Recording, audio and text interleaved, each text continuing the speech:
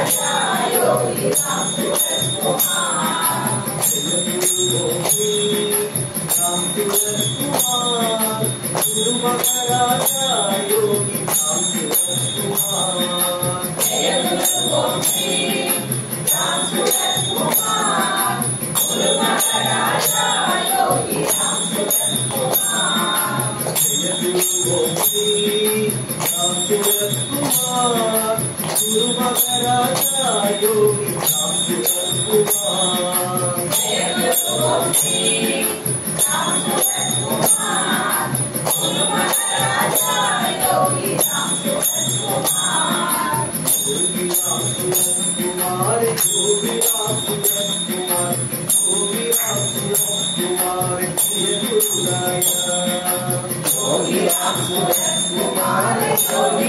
Surat Kumar, Yogi Ram Surat Yogi Ram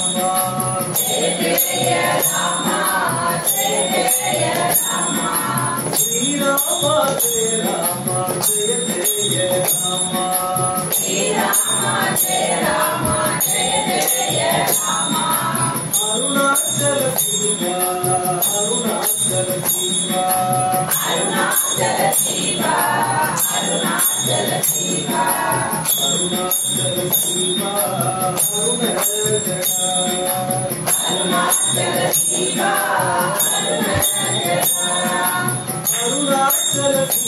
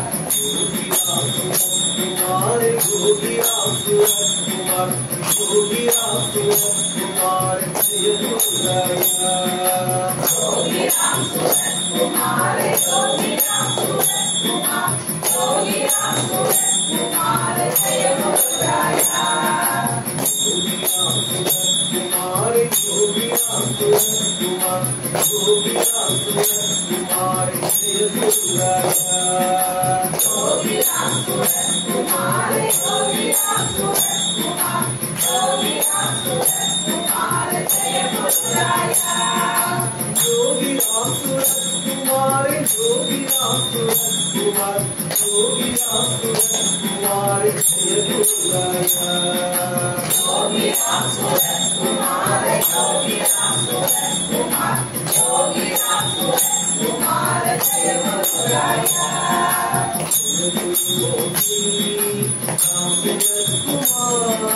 गुरु महाराजा योगी राम सूरत कुमार जय गुरु श्री राम सूरत कुमार गुरु महाराजा योगी राम सूरत कुमार जय गुरु श्री राम सूरत कुमार गुरु महाराजा योगी राम सूरत कुमार जय गुरु श्री राम सूरत कुमार गुरु महाराजा योगी राम सूरत कुमार योगी राम सूरत कुमार योगी राम सूरत कुमार योगी राम सूरत कुमार जय गुरुराया योगी राम सूरत कुमार योगी राम सूरत कुमार योगी राम सूरत कुमार जय गुरुराया योगी राम सूरत कुमार योगी राम सूरत कुमार योगी राम सूरत कुमार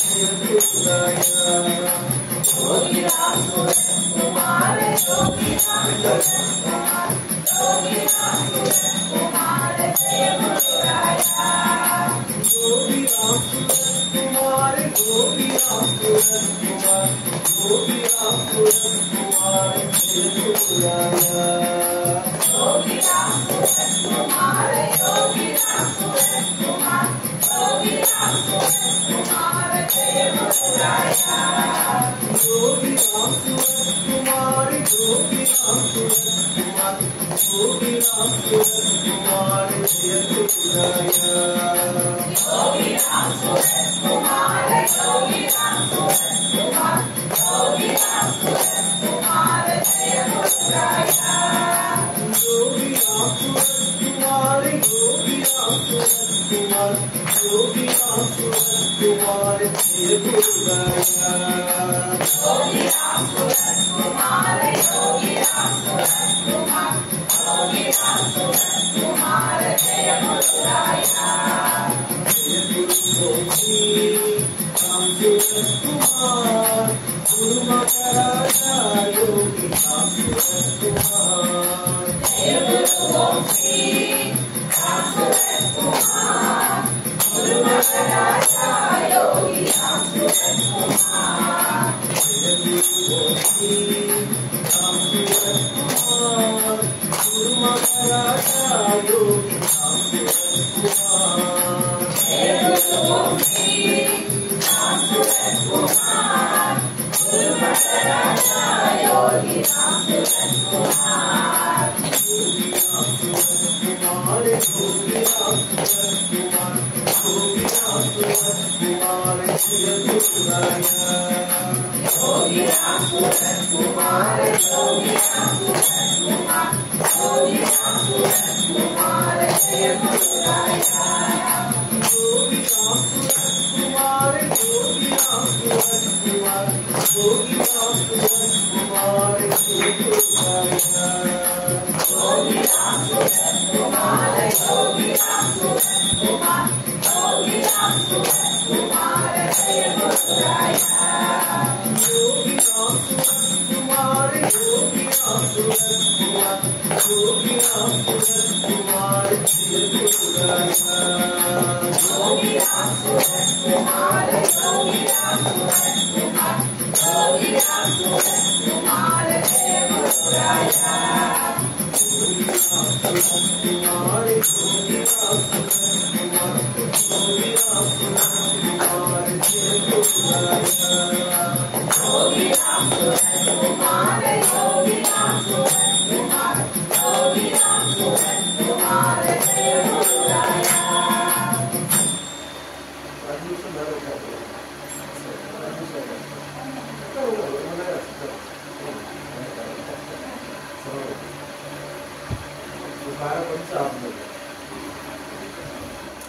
भगवान योगी राम सूरत कुमार ஐயா வைகுண்டர் இவங்க எல்லாரும் ஒரு சாதாரண விஷயமே இல்லை. உங்களுக்கு தெரிஞ்சிருக்கும் மேபி எம்பெருமான் யோகி ராம் சரத்குமார் ஐயா வைகுண்டர் அப்பட்டமாக ஸ்ரீ ராமனுடைய அவதாரம்.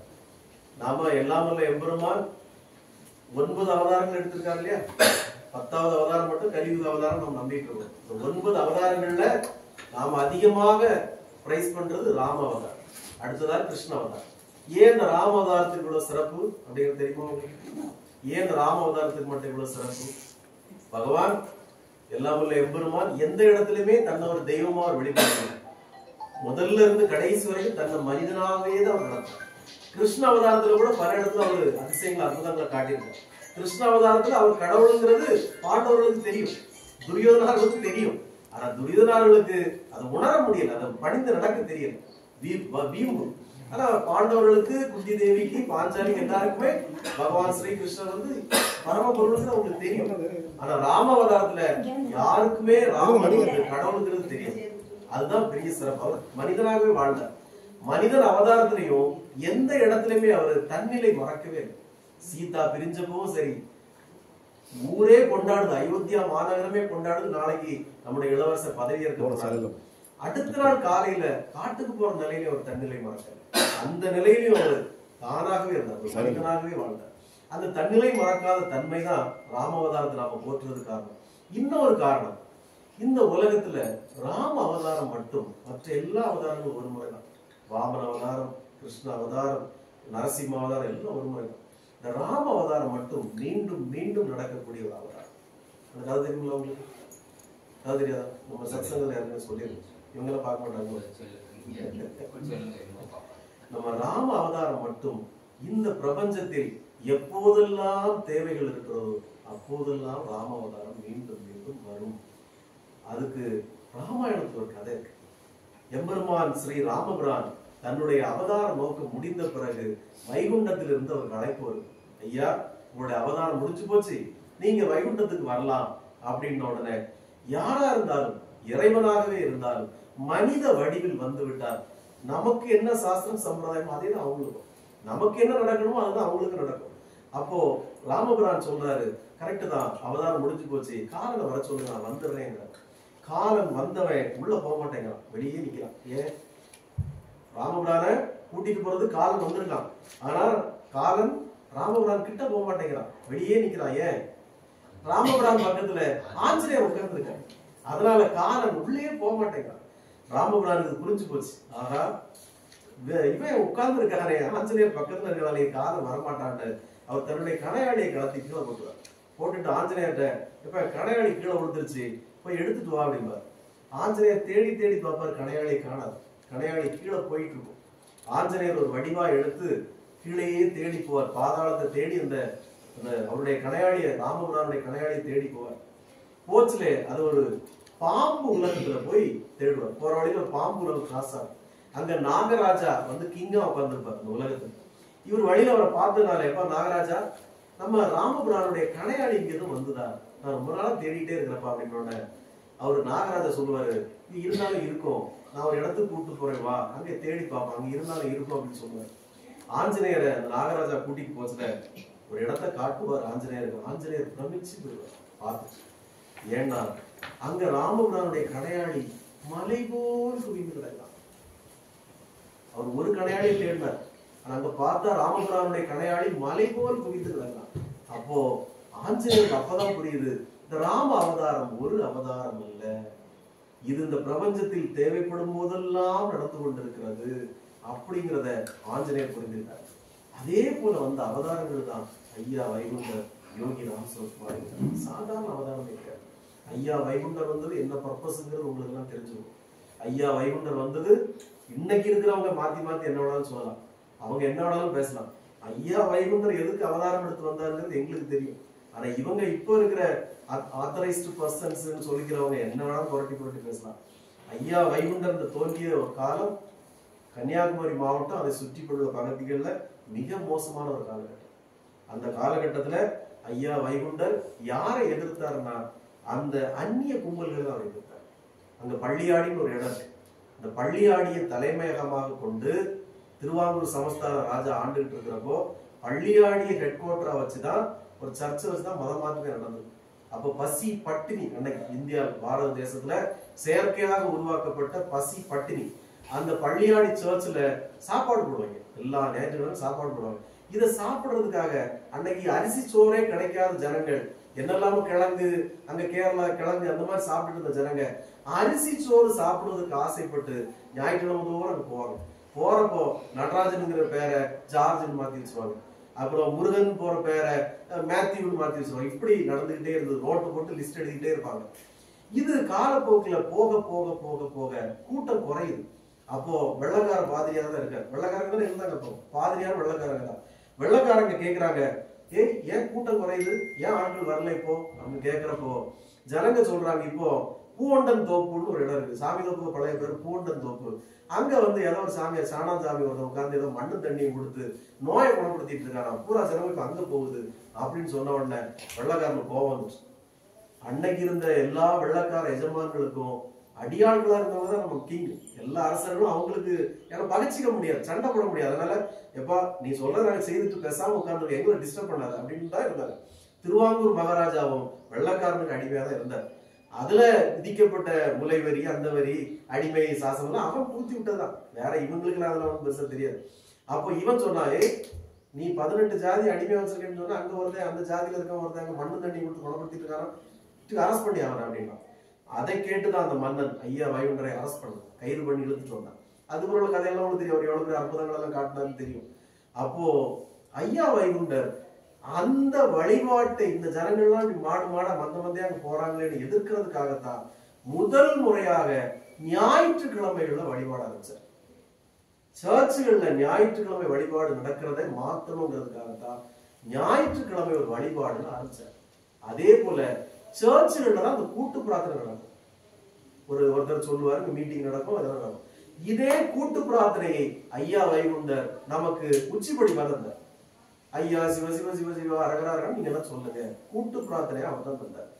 அவன் அங்க ஊதுபத்தி எல்லாம் கொடுக்கறது இல்ல, அவன் காவடி தூக்குறது இல்ல, அவன் அதை பண்ற அதே முறைகளை இங்கேயும் கொண்டுட்டார். அவன் சிலுவையை வச்சிருக்காங்கிறதுனால நம்ம கண்ணாடி வச்சுக்குவோம், என்ன இப்போ நமக்கு நீதான் கடவுள் பாத்துக்கோ சொன்னார். அப்போ அங்க சோறு போடுறாங்கிறதுனால நமக்கு சோறு போடுறது வசதி இல்லை, கஞ்சி ஊத்துவோம், பிச்சை எடுத்தாலும் கஞ்சி ஊத்துவோம். இந்த ஜனங்கள் அங்க போகக்கூடாது, நம்முடைய வழிபாட்டு முறைகளை விட்டு போகக்கூடாதுங்கிறது தான் ஐயா ஒரு இதை விரிச்சார். அவன் தலாப்பா கட்டக்கூடாதுன்னா நீ கட்டுனாரு, அது ஒரு தீவிரவாதம்னா இது ஒரு வகையில் ஒரு தீவிரவாதம். நீ கட்டக்கூடாதுன்னா நான் கட்டுவேன் அப்படிங்கிறது தீவிரவாதம் தான். ஐயா அந்த முறைகளை தான் எடுத்தார். அது கூடவே சேர்ந்து இது வந்துடும் இல்லையா, வெள்ளக்காரனை எதுக்குறப்போ இவங்க அவங்க அடிமையாக செய்யறது எல்லாம் புகுந்து வந்துருந்தாச்சு. அப்ப ஐயா வைகுண்டர் உருவாக்கிய வழிபாட்டு முறை என்பது அந்த மதத்திற்கு எதிரான ஒரு வழிபாட்டு முறையை தான் வச்சு நம்மளெல்லாம் வழிநடத்துறார், அதுதான் உண்மை. அதே போல பகவான் யோகி ராம் சரத்குமார் அவதாரம்ங்கிறது சாதாரணப்பட்ட அவதாரம் இல்லை. என்கிட்ட கேட்டா எம்பெருமான் யோகி ராம் சரத்குமார் இதுவரைக்கும் இந்த பிரபஞ்சத்துல நடந்த அவதாரங்களிலே சிறப்பு வாய்ந்த அவதாரம் பகவான் யோகி ராம் சரத்குமார் அவதாரம். ஏன்னு கேட்டீங்கன்னா இந்த பாடும் ஜனங்க அவரை ஏதோ திருவண்ணாமலையில விசிறி வச்சுட்டு பாய் ஒரு மனுஷன் உட்கார்ந்து இருந்தாரு, அவர் சிரட்டையில டீ குடிச்சாரு, போறவங்களுக்கு எல்லாம் கற்கண்டை கொடுத்தாரு, போறவங்களுக்கு ஆப்பிள் கொடுத்தாரு அப்படின்னு நினைச்சிட்டு இருக்காங்க. கிடையவே கிடையாது. அவரு சிரட்டையில டீ குடிக்கிறதுக்கோ இல்ல உங்களுக்கு ஆப்பிள் தரதுக்கோ உங்கள் புற்றுநோய்களை குணப்படுத்துவதற்கோ இல்ல வேற உங்களுக்கு இருக்க பிரச்சனை சரி பண்ணதுக்கோ அவர் வரவே இல்லை. பகவானே சொல்லியிருக்கார் பல இடங்கள், நான் இங்க உங்க சந்திக்கிறது இதெல்லாம் ஒரு சிறு பணிதான், என் தந்தையின் பிரபஞ்ச பணி வேற நான் நிறைய செய்துட்டு இருக்கேன் அவரே பல இடங்கள்ல சொல்லியிருக்காரு. இன்னொன்னு அவர் மறைமுகமாக பல முறை கூட இருந்தவங்கிட்ட சொல்லியிருக்காரு, இந்த பிச்சைக்கார அவதாரம் சில பல ஆயிரம் ஆண்டுகளுக்கு ஒரு முறை நடப்பது நண்பா, என்னை அமுதம் என குடித்து விடு, என்னை திண்டு விடுன்னு இருக்காரு. ஒரு வயது புரியல. இவன் எல்லாம் நினைச்சா அவர் சாமியார் உட்கார்ந்து இருக்காரு, ஏதோ அவர்கிட்ட போனா நமக்கு ஒரு ஃப்ரீயா இருக்கும், நம்ம ஏதோ பிரச்சனைகள்லாம் தீர்த்து போயிருது. நான் இதை ஏன் சொல்றேன் தெரியுமா, தயவுசெய்து நீங்களும் தப்பா எடுத்துக்கூடாது. பகவான் கூடவே இருந்த பக்தர்கள் பல பேரும் ஏன் காதுபடவே சொன்னது எப்படின்னா, இன்னைக்கு நாங்க எவ்வளவு சிரமப்படுறோம் ஐயா, அன்னைக்கு சாமி இருந்தார், 10 கோரிக்கைகளா இங்க திருவண்ணாமலை போய் அவர்கிட்ட சொல்லுவோம், ஊருக்கு வரதுக்குள்ள 10% தீர்ந்து போயிடும். இப்ப சாமி இல்லையே, எப்படி இப்ப சாமி இல்லையே. அப்ப இவங்களோட புரிதல், அவர் ஒரு சாமியார் இருந்தாரு போயிட்டார். ஆனா நாங்க அவர் எங்க போனாரு, எங்க போவாரு, அவர் இங்கதான் இருக்காரு. அப்ப இந்த புரிதல் சாமி கூட இருந்தவங்களுக்கு இல்லை, அதான் நீங்க புரிஞ்சுக்கணும். அதனாலதான் இந்த பிரச்சனைகள் தெரியும். யோகிராம் சுரத்குமார் ஏன் யாருக்கும் தெரிய மாட்டேங்கன்னா, இவங்க எல்லாம் பயனடைந்தவங்க எல்லாம் சும்மா இருக்காங்க. இப்போ பயனடைந்தவங்க இந்த மாதிரி அவருடைய திருவடிகளை தூக்கி சுமக்கணும்னு யாருக்குமே தோணல. காரியம் அப்ப இருந்தார் தந்தார், இப்ப அவர் இல்ல, யார்கிட்ட கேட்கறது, வேற ஏதாவது ஆளப்போம். இப்ப அடுத்த ஆளை தேடிட்டாங்க. சிவகாசி, விருதுநகர், தூத்துக்குடி வரங்கள வேற ஆளை தேடியாச்சு. இப்ப யோகிராம் சுரத்குமார் 2ஆம் பட்சம் தான். இப்ப வேற ஒரு ஆளை பிடிச்சாச்சு அவங்க. இப்ப இவருதான் எங்களுக்கு அவருக்கு பிடிச்சாச்சு. இவங்க இப்படிதான் போயிட்டே இருப்பாங்க. நாளைக்கு இன்னொருத்தர் வந்தாருன்னா அவரை பிடிச்சுக்குவாங்க. எப்படி சில அரசியல் கட்சிகள்லாம் பழைய தலைவர்களை சின்ன கட்டமா போட்டுட்டு புதிய தலைவர்களை பெருசா போடுறாங்களோ, அதே மாதிரி இவங்க இப்படித்தான் தாவி தாவி போயிட்டே இருப்பாங்க. ஏன்னா பலனை எதிர்பார்த்தே இவங்க சாமி கிட்ட போறாங்க. பலாபலனை எதிர்பார்த்தே சாமி கிட்ட போறாங்க. அவர்கிட்ட போனா அவங்களுக்கு கிடைக்கணும் அப்படின்னு நினைக்கிறோம். ஆனா நாம இருக்கிறோம் பாத்தீங்களா, நீ ஒன்றும் தர வேண்டாம். ஏன் நீ தர வேண்டாம் தெரியுமா? நீ எங்களுக்கு தந்திருக்கிறது இருக்கே, அது இந்த சிறு ஜென்மத்துக்கானது மட்டும் இல்லை. இந்த உடம்பு நாளைக்கு அடைஞ்சு போயிடும், நாளைக்கும் நாளை கழிச்சு நம்ம போயிடுவோம். ஆனா நீ தந்திருக்கிற அந்த ஒரு அமிர்தம் இருக்கு, அதை நாங்க இப்ப அள்ளி பருகிட்டு இருக்கிறோமே, அது இந்த ஜென்மத்திற்கானது மட்டும் இல்லை. பகவான் எல்லாரையும் ஒரு வார்த்தையில ஆசீர்வதிப்பார். பல்லாண்டு பல்லாண்டு பல கோடி நூறாண்டு. பல கோடி நூறாண்டு வாழவா போறோம்? வாழவே மாட்டோம். நமக்கு 50 வயசு 60 வயசு 70 வயசு 80 வயசு. ஆனா அவர் ஏன் வாழ்த்துறாரு? பல கோடி நூறாண்டு ஏன் வாழ்த்துறாரு? மகான்கள் ஒரு நாள் தப்பா வாழ்த்த மாட்டாங்க. அப்போ அவங்க இந்த உடம்ப வாழ்த்தல, இந்த ஆன்மாவை வாழ்த்துறாங்க. இந்த ஜென்மத்தில் என்னை அறிந்து கொண்டதால், நீ என்னிடம் வந்து விட்டதால் இந்த ஆன்மா பல கோடி நூறாண்டு வாழ்க வாழ்க வாழ்கிறார். அப்போ நீங்களும் புண்ணிய ஆன்மா. அப்போ அவர் நமக்கு தந்திருக்கிறது பொன்னோட பொருளை விட, காரை விட, பங்களா விட, சொத்து சுகங்களை விட மிகப்பெரிய ஒரு அமிர்தத்தை நமக்கு தந்திருக்காரு. அதுதான் நாமம். நான் சத்சங்கத்துல கூட ஒரு கதை சொல்லியிருக்கேன். நம்முடைய புராணங்கள் என்ன சொல்லுதுன்னா, ஏக பரம்பொருளாம் இறைவனுடைய நாமத்தை நீங்கள் தெரிந்தோ தெரியாமலோ ஒரு முறை உச்சரித்தாலும் அது என்ன பலன் உங்களுக்கு தரும் அப்படிங்கிறத புராணங்கள்ல பல கதைகள்ல இருக்கு. நான் கூட அன்னைக்கு சத்சங்கத்துல ஒரு கதை சொன்னேன். ஒரு முறை இந்த மாதிரி ராம நாமத்தை முழங்கி கொண்டு ஒரு குரூப் தெருவா போவோம். ஒரு குரு பாடிட்டு போவாரு, முன்னாடி சீடர்கள் எல்லாம் பாடிட்டே போவாங்க. அப்போ இப்படி பார்த்துட்டே போச்சுல, ஒரு கடை முக்கில ஒருத்தன் சும்மா உட்காந்து நின்றுட்டு இருப்பான். இதை வேடிக்கை பார்த்துட்டு இருப்பான். இவருக்கு வருத்தமா இருக்கும். எல்லா ஜனங்களும் வாசல்ல இருந்து கை கட்டுறாங்க, பாடுறாங்க, இவன் ஒருத்தர் ஒரு பிடி இல்லாம நிக்கிறானே அப்படின்ட்டு கூடுவார். ஏப்பா நாங்கெல்லாம் ராமநாமத்தை சத்தமா பாடிட்டு போறோம், நீ ஏப்பா பாட மாட்டேங்கிற அப்படின்னு. எனக்கு எல்லாம் நம்பிக்கை இல்லைங்க, நீங்க பாடிட்டு போங்க அப்படிமா. ஒரே ஒரு முறை சொல்லுப்பா, ஒரே ஒரு முறை சொல்லு, உனக்கு அதனுடைய பலன் அதிகம். ஆனா இந்த நாமத்தை மட்டும் விலைக்கு விற்றுவிடாது. இந்த நாமத்திற்கு விலை கிடையாது. தயவு செய்து ஒரு பலனை எதிர்பார்த்து இல்ல ஒரு விலையை எதிர்பார்த்து இந்த நாமத்தை விட்டு விடாதே, சொல்லு அப்படின்ட்டு போயிடுவார். அந்த பையன் சொன்னதுக்காக அவர் முகம் போடக்கூடாதுன்னு ஒரு முறை ராமநாமத்தை சொல்லிடுவான். சொல்லிட்டு அதுக்கு சொல்ல மாட்டான். அதுக்கப்புறம் காலப்போக்குல அவன் இறந்து போயிட்டான். இறந்த உடனே அவனுடைய உயிரை, அவனுடைய ஆன்மாவை காலன் இவெல்லாம் கொண்டு போய் சொர்க்கத்துக்கு கொண்டு போறப்போ அங்க சித்திரகுப்தர் கணக்கு வழக்க பாக்குறான். பார்க்கச்சுல இவனுக்கு நிறைய மைனஸா தான் இருக்கு, எல்லாம் மைனஸ்ல தான் இருக்கு. இவனுக்கு எல்லா இடம் பூரா செய்ததெல்லாம் பாவம். ஆனா ஒரே ஒரு தடவை ராமநாமத்தை சொல்லியிருக்கிறானே, ஒரே ஒரு முறை ராமநாமத்தை சொல்லியிருக்கிறானே அப்படின்னோட இந்த சொர்க்கத்துல என்ன பேசப்படுதா, ஒரு முறை ராமநாமத்தை சொன்னதால் அவனுக்கு கேட்டதை கொடுக்க வேண்டும்ங்கிற ஒரு விதி இருக்கு. அப்ப இவன்கிட்ட கேட்கிறாங்க சித்திரகுப்தன் எல்லாம் கேட்கிறாங்கப்பா, எவ்வளவோ தப்பு பண்ணிருக்க, ஒன்னு ஆக்சுவலா என்ன சொல்லி தான் தான் மறக்கணும். ஆனா நீ தெரிஞ்சோ தெரியாம ஒரே ஒரு முறை ராமநாமத்தை சொல்லிருக்க, என்ன வேணுமோ கேளு அப்படின்னா. அப்போ இவனுக்கு ஒரு ஞாபகம் வருது, இந்த ராமநாமத்துக்கு இவ்வளவு வேல்யூ இருக்கா. அப்போ ஒருத்தர் சொன்னாரு, இந்த ராமநாமத்தை விலைக்கு விற்று விடாதே, இது விலைக்கு கொடுத்த விலைக்கு விற்று விடாதே, ராமநாமத்தை விலைக்கு விற்று விடான்னு சொன்னாரு அப்படின்ட்டு இவன் சொல்லுவான், நான் உன்னது கேட்க போறது இல்லை, நீங்களா பார்த்து என்ன பண்ணுங்க. என்ன சொல்றான், நான் உன்னது கேட்க மாட்டேன். ஏன்னா பலனை எதிர்பார்த்து சொன்ன மாதிரி, நான் உன்னது கேட்க மாட்டேன், இதுக்கு ஏதோ கொடுக்கணும்னு சொல்றீங்கல்ல, உங்க சட்டத்துல இடம் இருக்குல்ல, நீங்களா பார்த்து ஏதாவது கொடுங்க அப்படின்ட்டான். இப்போ அங்க சிக்கலாயிருது. என்ன சிக்கலாயிருது, தேவலோகத்துல இருக்கிறவங்க ராமநாமத்திற்கு விலை நிர்ணயிக்க முடியாது. இவன் ஒரு தடவை சொன்னதுனால ஒரு பெட்டி ஸ்வீட் கொடுத்துடலாமா, இல்ல ஒரு பாக்ஸ் கேஷ்நட் கொடுத்துடலாமா, இல்ல ஒரு பாக்ஸ் ஆப்பிள் கொடுத்துடலாமான்னு அவங்க நிர்ணயிக்க முடியாது. ஏன்னா அந்த நாமத்திற்கு பிரைஸ்லெஸ், விலை கிடையாது. இவங்க இதுக்கு இது கொடுக்கலான்னு தீர்மானிச்சா அவங்க பாவம் செய்தவங்களா இருப்பாங்க. நான் சொல்றது புரியுதா உங்களுக்கு? அப்ப அதுக்கு விலை நிர்ணயம் பண்ண முடியாது. உடனே என்ன பண்றாங்க, எப்ப இந்த பாவத்தை நம்ம சொல்ல முடியாது, இத நம்ம பேசாம இந்திரன்ட்ட போய் கேட்கலாம், அவன் ஒரு முடிவு சொல்லட்டும் அப்படின்னு.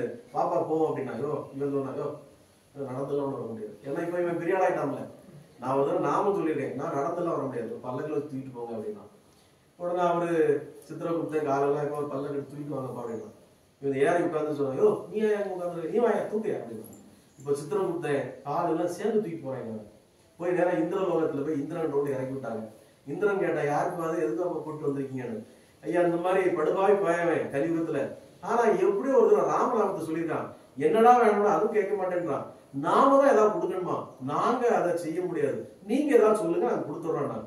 இந்திரன் சொன்னா என்னாலே இது சொல்ல முடியாது, ராமநாமத்துக்கு நான் சொல்றதா, ஐயோ இம்பாசிபிள்.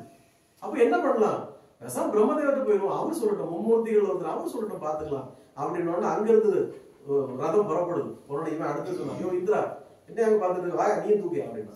இப்போ இந்திரனுக்கு வேற வழி இல்லை, அவன் சொன்னா செய்தான். நேடா இவன் ராமநாமத்தை சொல்லிடலாம். இந்திரனும் வந்து ஒரு தோல் பிடிச்சாச்சு, எல்லாம் சேர்ந்து வண்டி பிரம்மதேவர்கிட்ட போகுது. பிரம்மதேவர்கிட்ட போய் இதை சொன்னாங்க, ஐயா இந்த மாதிரி ராமநாமத்தை சொல்லிடலாம், என்ன பண்ணலாம் என்ன கொடுக்கலாம். நான் பிரம்மதேவர் சொன்னாரு, இது வாய்ப்பே கிடையாது, நானும் இதில் தலையிட மாட்டேன், ஏன்னா பெரிய பிரச்சனை ஆயிரும், ராமநாமத்திற்கு நாம யாரும் விளைவிக்க முடியாது, பேசாம அவர்கிட்டே போயிடுவோம், எல்லாமே பரம்பொருள்கிட்டே போயிடுவோம், அவர் சொல்லட்டும் முடிவு, நாமெல்லாம் இது முடிவு சொல்லி பிரச்சனையில மாட்டிக்க கூடாதுன்னு. உடனே இவன் கொடுத்த பையன் மேல உட்காந்து சொல்ல, யோ பிரம்மா நீயும் தூக்கிய அங்க போ, நீயும் தூக்கி, நீ என்ன நடந்து வர தூக்கியா அப்படின்னா. இப்போ இந்திரன் பிரம்மதேவன் எல்லாரும் சேர்ந்து அந்த இதை தூக்கிட்டு போறாங்க, பல்லக்க தூக்கிட்டு போறாங்க, நேரா வைகுண்டத்துக்கு போறாங்க. வைகுண்டத்துல போனவன எல்லாம் வல்ல பரம்பொருள் நம்முடைய தாயாரோடு படுத்திருக்கிறார், சயனத்துல படுத்திருக்கிறார்.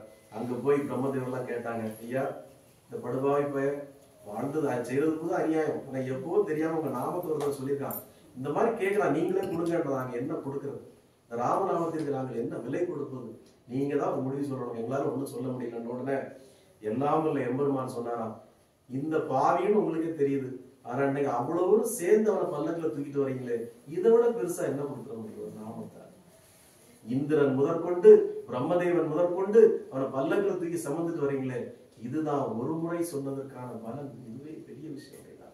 அப்போ ஒரு முறை அறிந்தோ அறியாமலோ எல்லாம் உள்ள பரம்பொருளின் நாமத்தை சொன்னதால் ஒருவனுக்கு இது கிடைக்கும். ஆனால் நாம இவ்வளவு வாழ்நாள் முழுக்க ஒரு நாமத்தை சொல்ல உணர்த்திட்டு போயிருக்காரு எல்லாம் ஏக பரம்பொருள்.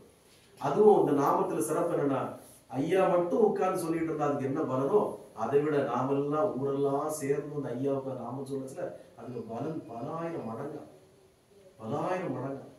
அப்போ இன்னைக்கு இந்த திருவிழத்துல எல்லாம் வல்ல ஏக பரம்பொருள் எம்பெருமான் யோகி ராம் சரத்குமார் அருளிய அவருடைய விதிப்படி இந்த நாமத்தை நாம் எல்லோரும் சேர்ந்து முழங்குறப்போ அந்த பலன் முழுக்க திரு கண்ணபுரானுடைய குடும்பத்துக்கு சரி. அந்த நாமத்தின் பலன் சாதாரணப்பட்டது. இந்த உலகத்துல நீங்க வேற அஸ்வமேத யாகமோ இல்ல 40 ஆண்டுகள் வனவாசம் போய் தவம் இருக்கவோ இல்ல அங்க காட்டுல குடும்பத்தை எல்லாம் விட்டுட்டு போயிருந்து முனிவரா உட்கார வேண்டிய எந்த அவசியமும் இல்லை. குடும்பத்தோடு சம்சார வாழ்க்கையில இருந்து கொண்டு எல்லாம் வல்ல பரம்பொருள் யோகி ராம் சரத்குமார் அருளிய அந்த நாமத்தை மட்டும் நீங்கள் விடாமல் பிடித்து கொண்டீர்களானால் அந்த நாமம் உங்களோட, நாமம் உங்களோட. அப்போ இதெல்லாம் மீறி நாங்க ஏன் இந்த பணியை செய்யறோம் தெரியுமா? நம்முடைய ஆன்மீக வாழ்க்கை என்ன சொல்லுதுன்னா, நீங்கள் ஆன்மீகம் என்கிற ஒரு சுமையை சுமந்து கொண்டு பகவானுக்கான பணியை சத்தியம், இந்த பணியை நீங்கள் செய்வீர்களானால் பகவான் உங்களுக்கான பணியை செய்வார். நீங்க தயவு செய்து ஒண்ணு புரிஞ்சுக்கோங்க, நாம சொந்தக்காரங்க பந்தக்காரங்களுக்கு பல நாள் உதவி பண்ணிக்கிட்டே இருப்போம், கேட்கறப்பெல்லாம் பணம் கொடுப்போம், கேட்கறப்பெல்லாம் சந்தோஷமா வச்சிருப்போம், கேட்கறப்பெல்லாம் கார் கொடுப்போம், கேட்கறப்பெல்லாம் வீடு கொடுப்போம், என்னவோ பண்ணிட்டு இருப்போம்.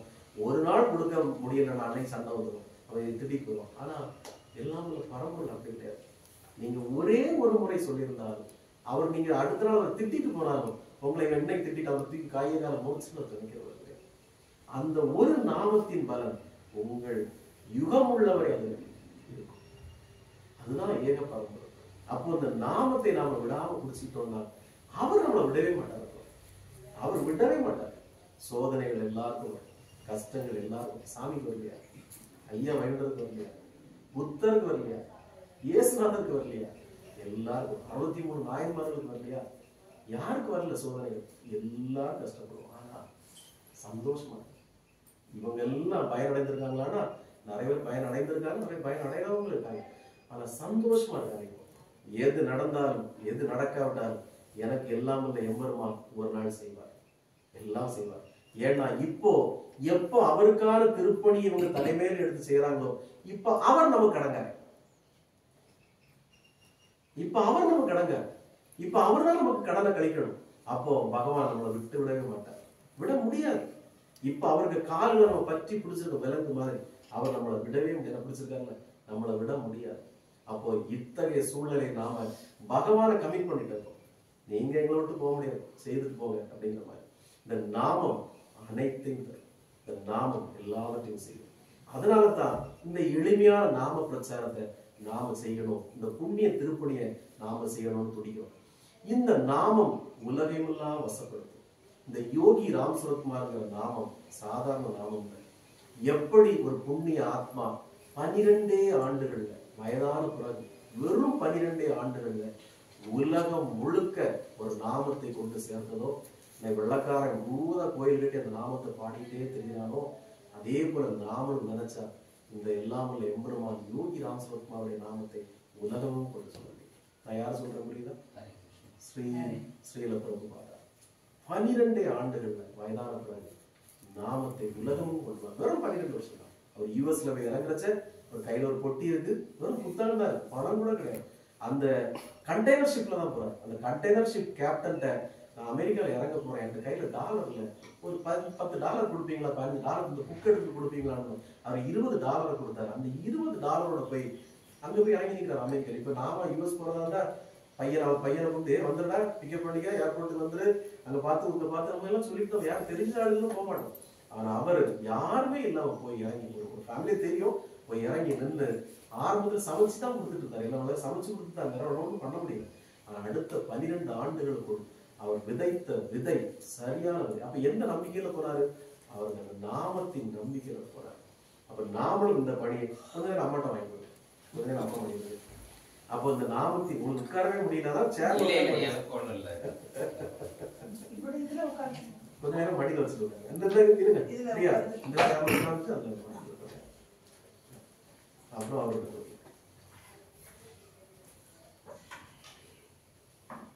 பலனையே எதிர்பாராமல் இந்த பகவானுக்கான திருப்பணியை நாம் செய்திருக்கிறோம். அப்ப அந்த பலனை அடைந்த குடும்பங்கள் சிறப்போட வாழணும்னு தான் நம்முடைய கான்செப்ட். ஐயா 1:30 ஆகுது, உங்களுக்கு சாப்பாடு இல்ல, அவங்களுக்கு சாப்பாடு நாங்க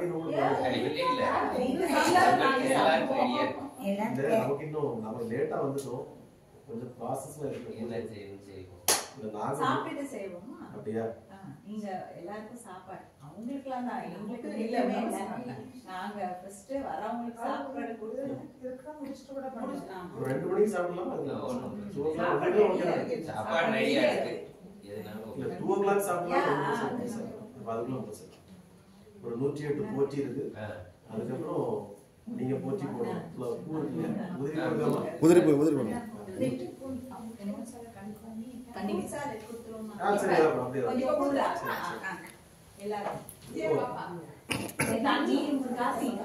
உதிரி இருக்கா பாருங்க.